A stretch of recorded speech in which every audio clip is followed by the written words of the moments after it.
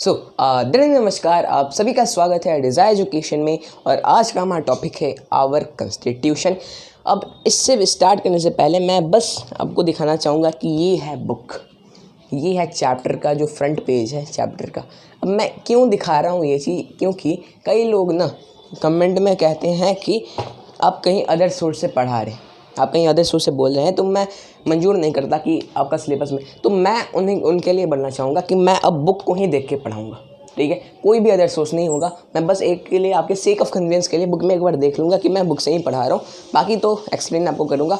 सो ये चीज़ उनके लिए थी, आपके लिए नहीं। सो कॉन्स्टिट्यूशन, लेट अस स्टार्ट। वो तो फालतू की बातें थी, छोड़िए। देखिए, कॉन्स्टिट्यूशन स्टार्ट करने से पहले सबसे इम्पॉर्टेंट जो चीज़ आपके दिमाग में आता है क्वेश्चन, वो है कि आखिर कॉन्स्टिट्यूशन का मतलब क्या है। कॉन्स्टिट्यूशन कब से बोल रहे हैं, लेकिन मतलब क्या है कॉन्स्टिट्यूशन का। सो जी, कॉन्स्टिट्यूशन सेट ऑफ रूल्स है। क्या है? सेट ऑफ रूल्स है। किसका सेट ऑफ रूल्स? देखिए, किसी भी कंट्री में उसका गवर्नमेंट होता है जो कंट्री को रन करवाता है। तो कॉन्स्टिट्यूशन वो सेट ऑफ रूल है जिससे जो गवर्नमेंट है किसी भी कंट्री का, वो वर्क करेगा। उस रूल्स के अकॉर्डिंग किसी भी कंट्री का गवर्नमेंट वर्क करेगा। ठीक है, बस यही कॉन्स्टिट्यूशन है। अब थोड़ा सा अगर ब्रीफली और थोड़ा सा डिटेल में अगर हम लोग जा रहे हैं कॉन्स्टिट्यूशन की, तो अगर गवर्नमेंट की यहाँ पे बात आ रही है तो गवर्नमेंट के तो 3 ऑर्गन्स भी हैं। गवर्नमेंट की अगर बात है तो गवर्नमेंट के 3 ऑर्गन्स भी हैं। कौन कौन से अगर ऑर्गन्स हैं? एग्जीक्यूटिव, लेजिस्लेचर, जुडिशरी, आपको पता है। तो 3 ऑर्गन्स जो हैं, इनका जो पावर है वो क्लियरली डिफाइन किया गया। अब क्यों डिफाइन किया है? क्योंकि एग्जांपल लेते हैं कि यहाँ पे एक बड़ा सा जज बैठा है। ये मैंने बड़ा दिखाई क्योंकि इसके पास ज़्यादा पावर है, जज के पास ज़्यादा पावर होता है। तो यहाँ पे जज है और यहाँ पे एक पुअर पर्सन। कौन है? Poor person. अब इससे इसका इंसाफ करना है। ठीक है, इसको इनोसेंट साबित करना है क्योंकि इसने कुछ गलती नहीं की। मान लेते कोई केस ऐसा आया, लेकिन अगर ये आदमी अपने पावर का मिसयूज़ करेगा, किसी ने जज को पैसे दिए और अगर ये अपने पावर को मिसयूज़ करेगा तो इसके ऊपर स्ट्रिक्ट मेजर्स लिए जाएंगे। और उसी कारण जो कोई भी जज अपने पावर का मिसयूज़ कर ही नहीं सकता है, क्योंकि जो पावर है वो क्लियरली डिफाइंड है। बस यही समझने की बात है कॉन्स्टिट्यूशन की। तो चलिए अब आगे बढ़ते हैं। जो हमारा टॉपिक है कि making of constitution. Making of constitution यानी कॉन्स्टिट्यूशन बना कैसे। देखिए, कॉन्स्टिट्यूशन को बनाने का जो मेन काम है वो 2 चीज़ों ने किया है, 2 मतलब कमेटी ने किया है। एक ड्राफ्टिंग कमेटी है और एक है कॉन्स्टिट्यूएंट असेंबली। एक ड्राफ्टिंग कमेटी है और एक है कॉन्स्टिट्यूएंट असेंबली। तो कॉन्स्टिट्यूएंट असेंबली का जहाँ पे ज़्यादा मेन काम है, तो कॉन्स्टिट्यूशन जो है वो कॉन्स्टिट्यूशन जो है उसे कॉन्स्टिट्यूएंट असेंबली ने क्या किया है? फ्रेम किया है। तो कॉन्स्टिट्यूशन वाज फ्रेम्ड बाय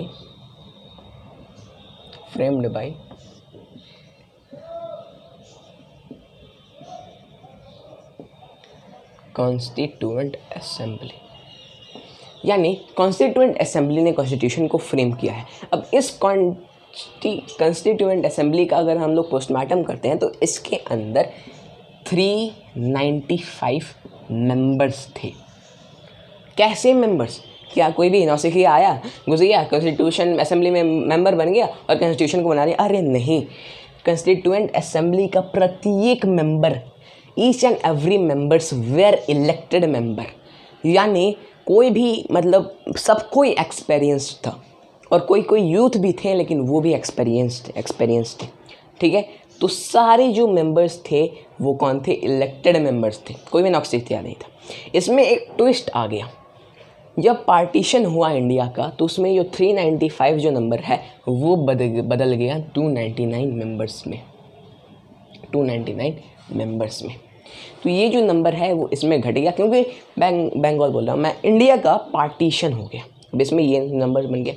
अब इस मेंबर्स में जो प्रोमिनेंट मेंबर्स थे, प्रोमिनेंट मेंबर्स, मुझे थोड़ा सा इधर लेना पड़ेगा जगह, इसी में लिख देता हूँ। इसके जो प्रोमिनेंट मेंबर्स थे वो थे कौन कौन से, मैं नाम लिख देता हूँ। मैं एक बार आपकी बुक में दिखा दूँ, बुक में दिखा देता हूँ, नहीं तो फिर कोई ना कोई कंप्लेन करेगा कि आपने गलती की, आपने कुछ और सिलेबस उठाया। देखिए यहाँ पे लिखा है डॉक्टर राजेंद्र प्रसाद। मैं दिखाता हूँ आपको, बस मैंने दिखाने के लिए इसलिए लाया क्योंकि कई लोग कंप्लेन कर देते हैं कि आप कहीं और अदर सोर्स से पढ़ा रहे। तो मैं लिख देता हूँ यहाँ पे कौन थे, राजेंद्र प्रसाद। आपके एग्ज़ाम में भी ये क्वेश्चन बहुत ही इंपॉर्टेंट है, ठीक है, राजेंद्र प्रसाद बहुत इंपॉर्टेंट टॉपिक है। फिर जवाहरलाल नेहरू, जवाहरलाल नेहरू, पंडित नेहरू कहते हैं ना इन्हें। फिर कौन है, सरदार पटेल। मैं लिख रहा हूँ इसलिए, इसके चलते कि आप स्क्रीनशॉट ले पाएँ, क्योंकि इंपॉर्टेंट चीज़ ही मैं लिखता हूँ, ऐसे कुछ भी नहीं लिखता मैं। सरदार पटेल और D.R. अम्बेडकर थे, B.R. अम्बेडकर।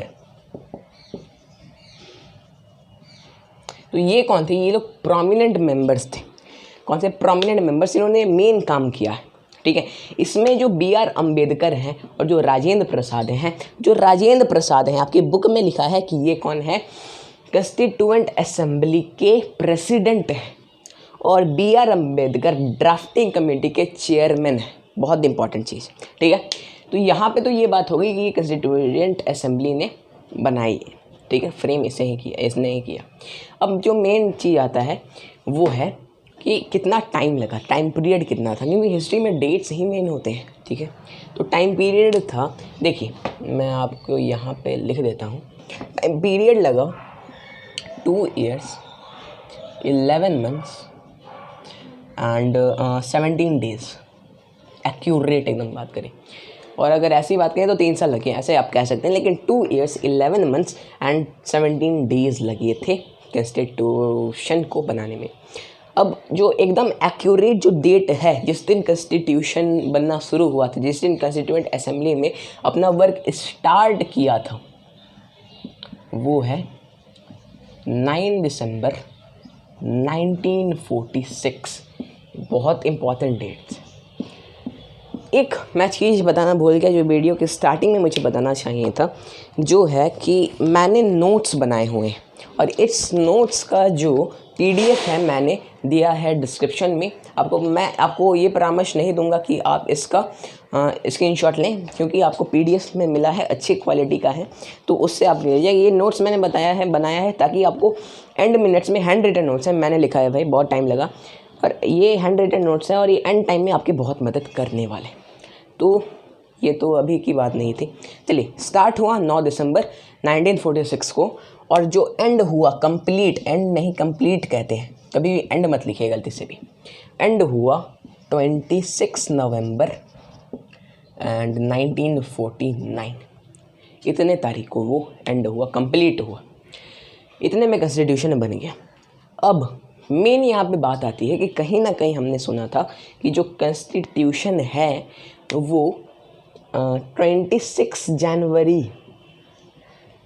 को अपने केम इनटू फोर्स में आया। 26 जनवरी को हम लोग रिपब्लिक डे मनाते हैं कि नहीं मनाते? तो 26 जनवरी को क्यों ऐसा हुआ था मैं बताता हूँ, अच्छे से बताता हूँ। 26 जनवरी 1950 लिखा है आपकी बुक में, ठीक है। तो क्यों 26 जनवरी था, अच्छे से बताता हूँ, मैं एक्सप्लेन करता हूँ। बहुत ही इंपॉर्टेंट रीज़न है, बहुत ही इंपॉर्टेंट टॉपिक है, तो सब मिटा दूँ नहीं। तो देखिए मेन क्या रीज़न हुआ जनवरी 1930 को ना 26 जनवरी 1930 को क्यों केम इनटू फोर्स, 1950 को क्यों केम इनटू फोर्स हुआ। देखिए बहुत अच्छे से मैं एक्सप्लेन करता हूँ, आपकी बुक में भी दिया गया है। देखिए मैं देख के इसलिए बता रहा हूँ क्योंकि कई लोग कहेंगे कि आप तो बिना देखे कैसे बता रहे, अब बिना देखे कहीं से भी मत बताइए, अब बुक को देख के बताइए। तो मैं अब देख के बताता हूँ आपके लिए। देखिए इसका ग्रेट सिग्निफिकेंस है स्वराज के ऊपर, स्वराज के ऊपर, ग्रेट सिग्निफिकेंस स्वराज के ऊपर। एक्सप्लेन करता हूँ। देखिए 29 कौन सा डेट था, हाँ दिसंबर 29।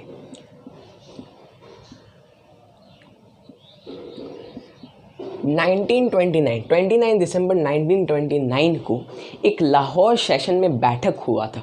किसका? कांग्रेस का।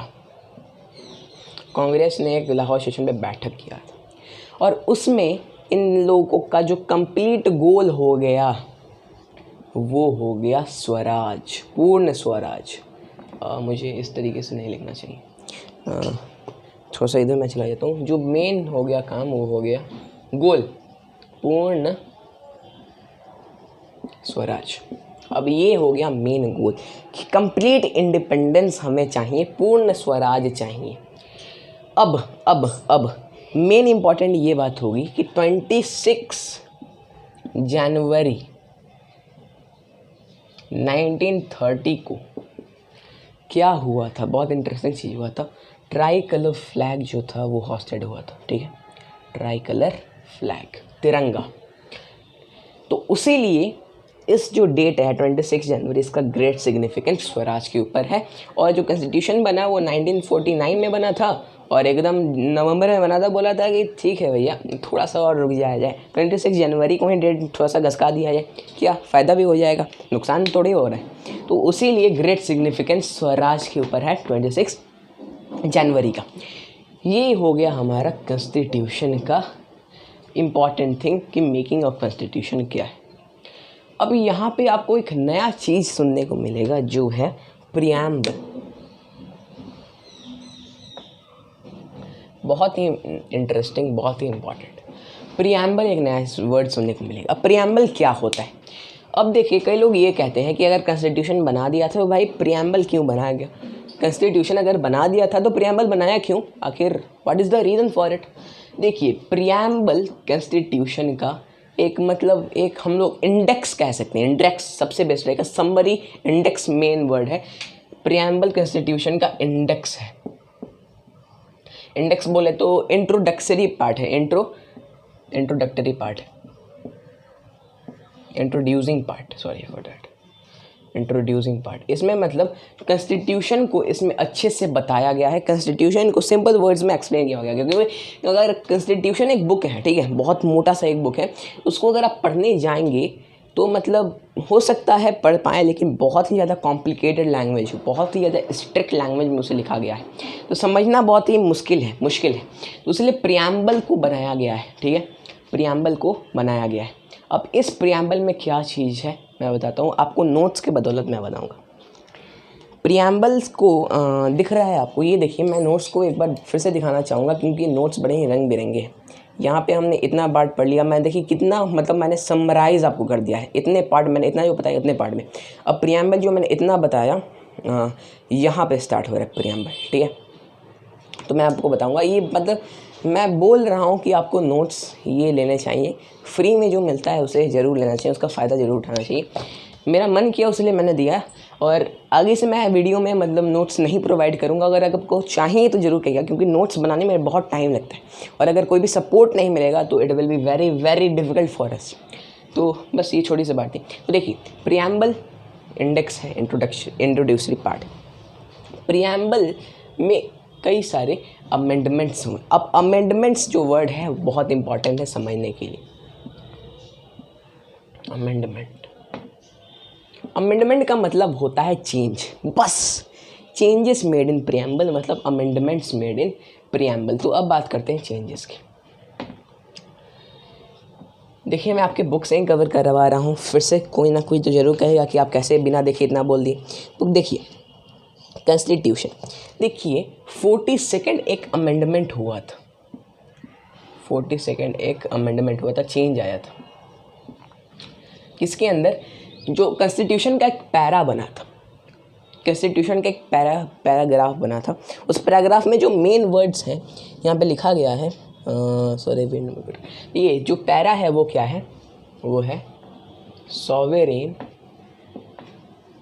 ये स्पेलिंग में एक बार एक सेकेंड स्पेलिंग में देख लेता हूँ, क्योंकि सॉवेरेन का स्पेलिंग हरदम मेरा गलत होता है, पता नहीं क्यों। सॉवेरेन मैं लिख देता हूँ हरदम, सॉवेरेन सोशलिस्ट, सॉवेरेन सोशलिस्ट है ना, सॉवेरेन सोशलिस्ट नहीं, सॉवेरेन रिपब्लिक और डेमोक्रेटिक, ये पहले का था। डेमोक्रेटिक, ठीक है, ये पहले का था, सॉवरेन रिपब्लिक डेमोक्रेटिक। लेकिन बाद में क्या हुआ, 42nd एक अमेंडमेंट हुआ, बहुत सारे अमेंडमेंट हुए हैं, ठीक है, बहुत सारे अमेंडमेंट हुए। तो 42nd एक अमेंडमेंट हुआ, इसमें जो सॉवरेन रिपब्लिक डेमोक्रेटिक जो वर्ड है इसमें चेंज आ गया, अब इसमें सॉवरेन डेमोक्रेटिक रिपब्लिक तो है ही, ठीक है, सॉवरेन डेमोक्रेटिक रिपब्लिक है, लेकिन कई चीज़ और एक्स्ट्रा ऐड किए गए, जो है सोशलिस्ट, सेक्युलर, इंटेग्रिटी। लेकिन इंटेग्रिटी का भी बात नहीं है, इंटेग्रिटी बाद में आया था, लेकिन फिर भी मैं यहाँ पे लिख रहा हूँ क्योंकि ये भी ऐड हुआ था, ठीक है। बस यही बात थी, जो चेंजेस मेड इन प्रियम्बल है वो मैं यहाँ पे मैंने आपको सोशलिस्ट डेमोक्रेटिक रिपब्लिक। पहले स्टार्ट करते हैं, मैं दूसरा मार्कर एक बार ले लेता हूँ, मार्कर भी खो जाता है क्या, चलिए छोड़िए। सॉवरेन क्या चीज़ है, बहुत सिंपल चीज़ है, बहुत इंटरेस्टिंग चीज़। देखिए, अगर हम लोग कह रहे हैं कि इंडिया एक सॉवरेन कंट्री है, इंडिया एक सॉवरेन स्टेट या फिर कंट्री है, तो क्यों कहेंगे हम लोग सॉवरेन? क्योंकि एक कंट्री तभी सॉवरेन होता है जब वो अपने इंटरनल पार्ट में जो भी मैटर्स हैं उसमें फ्री है, विदाउट एनी फॉरेन इंटरफेरेंस। मतलब समझ नहीं आया। देखिए, सॉवरेन मतलब कोई भी कंट्री अपने आप को सॉवरेन तभी कह सकती है जब वो अपने इंटरनल मैटर्स में, इंटरनल्स मतलब अंदर में मैटर्स, एग्जांपल अगर मैं ले रहा हूँ, एक सेकंड मैं लिख देता हूँ इंटरनल मैटर्स। एग्जांपल अगर मैं ले रहा हूँ तो जम्मू कश्मीर में 370 जो आर्टिकल है इंडिया को हटाना है, तो उसमें एक अमेरिका, चाइना, पाकिस्तान कुछ नहीं कह सकता, ठीक है। तो सॉवरेन जो है वो सॉवरेन मतलब जो कंट्री सॉवरेन है तभी कहा जाएगा जब वो अपने इंटरनल मैटर में फ्री है। कोई भी फॉरेन का आदमी, फॉरेन इंटरफेरेंस नहीं है। अब इंडिया ने छुटकारा पाया, ब्रिटिश से छुटकारा पाया, अब ब्रिटिश जो है अब इंडिया पे कोई भी हुक्म नहीं चला सकती। बस ये छोटा सा मोटा सा चीज़ था जो है सॉवरेन का, बस यही छोटा सा, इतना कॉम्प्लिकेटेड आप बना रहे थे। फिर आता है इस साइड से लिखने में ज़्यादा छोटा सा, मेरा वो जो कॉलम आइकन है बहुत छोटा है। फिर आता है सोशलिस्ट। सोशलिस्ट मतलब क्या, कोई बताइए? सोशलिस्ट मतलब क्या? सोशलिस्ट मतलब कोई भी जो कंट्री अपने आप को सोशलिस्ट तभी कहेगी, इंडिया भी अपने आप को सोशलिस्ट तभी कहेगा जब वो अपने एक्सप्लॉयटेशन, जो भी एक्सप्लॉयटेशन होते हैं वो फ्री है, फ्री फ्रॉम एक्सप्लॉयटेशन। एक्सप्लॉयटेशन मतलब क्या? आपके ग्रीड को या फिर आपके कलर को, ठीक है, आप किस धर्म के हैं वो देख के अगर कोई भी आपको एक्सप्लॉइट कर रहा है, अब्यूज़ कर रहा है, तो आप डायरेक्टली कोर्ट में जाके क्या कर सकते हैं? केस कर सकते हैं। तो ये तो आगे की बात है, बस मैं बता रहा हूँ कि सोशलिस्ट मतलब होता है फ्री फ्रॉम एक्सप्लॉयटेशन। ये जो एक्सप्लॉयटेशन है ये तभी हम लोग कह पाएंगे कि India is a socialist country जब यहाँ पे जो रिच आदमी है, एक सेकेंड मुझे दूसरा मार्कर लेना ही पड़ेगा। मान लेते हैं कि यहाँ पे कोई रिच आदमी है, यहाँ पे कोई रिच आदमी है और यहाँ पे कोई पुअर आदमी है, यहाँ पे कोई पुअर आदमी है। तो इनके बीच का जो इतना डिस्टेंस है, डिस्प्लेसमेंट नहीं, इतना डिस्टेंस जो है वो कम किया जाए, वो एकदम रिड्यूस किया जाए। यानी क्या किया जाए? यहाँ पे पुअर है, यहाँ पे रिच है, रिच को उस जगह पे ना यहाँ पे ला दिया जाए, रिच यहाँ पे आ जाए और पुअर यहाँ पे आ जाए। डिफरेंस जो है वो कम हो, थोड़ा सा डिफरेंस होना ही चाहिए, नहीं तो सब कोई रिच हो जाएगा तो कोई जॉब ही नहीं करेगा। तो ये जो डिस्टेंस है वो एकदम कम करना चाहिए। ये बस बात आ गई सोशलिस्ट की। फिर आता है सेक्युलर। क्या चीज़ है ये? देखिए, सेक्युलर, इंडिया एक सेक्युलर स्टेट है।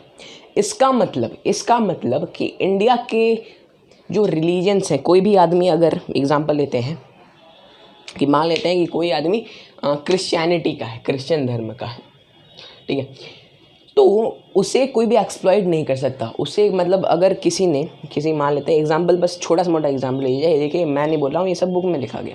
मान लेते हैं कि यहाँ पे कोई हिंदू आदमी है और ये कोई मुस्लिम आदमी है, यहाँ पे ये कोई मुस्लिम आदमी है, ठीक है, एक सेकंड, यहाँ पे कोई हिंदू आदमी है और ये कोई मुस्लिम आदमी है। अब इन दोनों में मान लेते हैं दोनों ने कुछ ना कुछ क्राइम किया, दोनों ने क्राइम कर दिया, ठीक। अब क्राइम किया तो जज यहाँ पे बैठे हैं भाई, जज अंकल यहाँ पे बैठे। अब ये अंकल जो हैं ऐसा नहीं कर सकते कि मुस्लिम को कम सज़ा देंगे, हिंदू को ज़्यादा सज़ा देंगे, या फिर हिंदू को ज़्यादा सज़ा देंगे, मुस्लिम को कम सज़ा देंगे, या फिर मुस्लिम को ज़्यादा सज़ा देंगे, हिंदू को कम सज़ा देंगे। ऐसा नहीं होगा। अगर दोनों ने अगर कोई क्राइम किया है तो दोनों को इक्वल पनिशमेंट मिलेगा, इक्वल लॉ होगा। इसका मतलब every religion is equal before law, ठीक है। जो भी रिलीजन है वो इक्वल बिफोर लॉ के आगे, कानून के आगे, बिफोर लॉ। छोटी सी मोटी सी बात। फिर आता है आपका नेक्स्ट टॉपिक जो है डेमोक्रेटिक। क्या चीज़? देखिए डेमोक्रेटिक मतलब आप सब समझते होंगे, कोई नहीं समझता है तो मैं बताता हूँ। डेमोक्रेसी मतलब होता है कि सारा जो पावर है वो इंडिया में लोग के पास है। किसके पास है? हमारे पास है। We the people of India, ठीक है।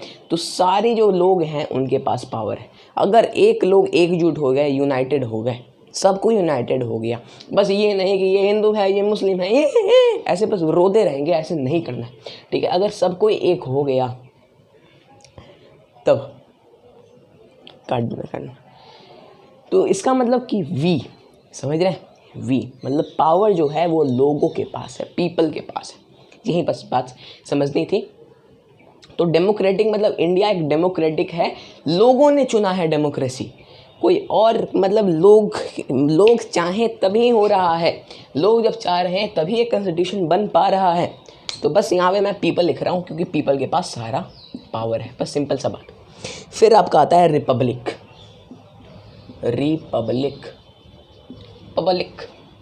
क्या चीज़ है ये? थोड़ा सा हैंड राइटिंग ख़राब हो जाता है, चीज़ें नीचे जाता हूँ। मेन बात ये है कि मैं अगर इधर से लिख रहा हूँ तो यहाँ से जो कॉलम माइक है वो स्ट्रेच आउट हो रहा है, जो मोबाइल फ़ोन का जो कैमरा है वो उखड़ जाएगा यहाँ से, तो ऐसा मैं नहीं करना चाहता। तो रिपब्लिक जो है इसका मतलब क्या? इसका मतलब ये, आपने ये डायलॉग जरूर सुना होगा कि अब राजा का बेटा राजा नहीं बनेगा, राजा वही बनेगा जो इलेक्टेड होगा। यानी रिपब्लिक में जो इंडिया में जो भी लोग हैं, जो भी हाई पोस्ट के हैं, वो सारे इलेक्टेड हैं, सब के सब मेंबर्स इलेक्टेड हैं।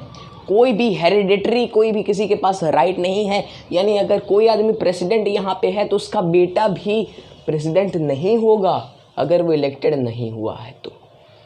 यानी टर्म्स 5 ईयर्स के हैं। यहाँ पे आदमी कोई प्रेसिडेंट बना वो इलेक्ट होके बना, ठीक है। प्रेसिडेंट को किसने इलेक्ट किया है? हमने इलेक्ट नहीं किया है, बट इनडायरेक्टली हमने ही इलेक्ट किया है क्योंकि हम लोग हैं। एग्जाम्पल मैं बस एक डायग्राम इसलिए बनाना चाहता हूँ क्योंकि आप अच्छे से समझ जाए, एग्ज़ाम में आपको ये डायग्राम याद आए।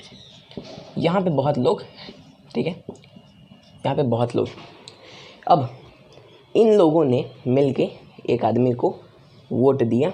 वो आदमी कोई भी फलाना है, ये आदमी कोई भी है, ये आदमी, अब बहुत लोग हैं, अलग अलग प्रकार के आदमियों को वोट दिया। कहीं ये आदमी है और कहीं ये आदमी, ठीक, तो अलग अलग आदमी। अब ये आदमी को इलेक्टेड मेंबर हो गया, कोई भी जज हो गया। अब ये लोग एक आदमी को वोट देंगे, वो आदमी बनेगा प्रेसिडेंट। तो इनडायरेक्टली हम ही लोग ना दे रहे हैं,